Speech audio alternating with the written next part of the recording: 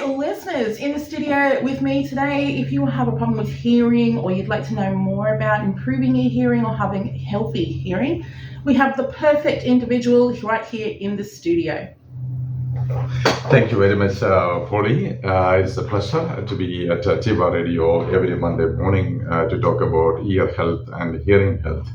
And today, what we are thinking is there is a slogan in audiology that good hearing is essential for the social and emotional well-being for any individual at any age. Because a lot of people, as you know, we have the sense organs and the hearing. Many times, as an audiologist, when I see clients, Polly, some older people, especially fathers or mothers, when they have hearing loss, significant hearing loss, they disengage in family conversations. Family conversation is very, very important.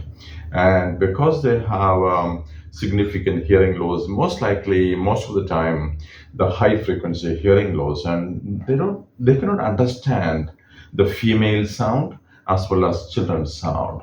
So when we cannot understand each other, we disengage in conversation. We try to avoid participating in the conversation because we need to, what is the essence of communication? The way you say something to me, I need to understand fully in the real sense. It's not just with the older, but the younger generation, like children, also suffer with hearing. Some parents find out their children have a hearing loss or had one from the very beginning at a young age. Now, for parents who don't know what to look for, what would be some of the symptoms? The most important thing for children is disengaging in conversation. And in the classroom also, many teachers, if the classroom is a small classroom, teachers will notice that the child with a hearing loss, significant hearing loss, will not be engaging with the teacher, with the class, because they will be disengaged, because they cannot understand the teacher. They cannot follow their direction. And the teacher may brand the child as a naughty child. So actually, that is why in many schools in Northern Territory, in Catholic education and other state school, when the children are admitted to the preschool or the primary school, there is a prerequisite. The child need to have eye test as well as hearing test, because these are the two major faculties that help any child to learn in the classroom setting.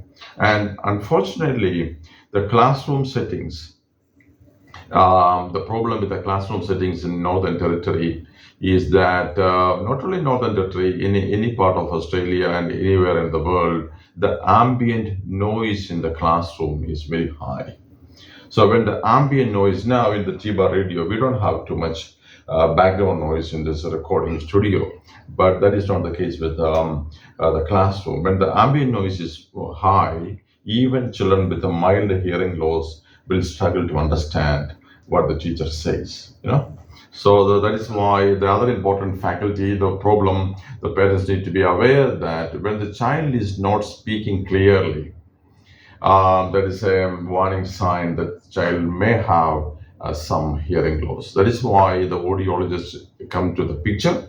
And whenever you have a child with the poor speech and language development, or the articulation ability, the lack of articulation ability, you need to get an audiology appointment and find out what is the hearing threshold.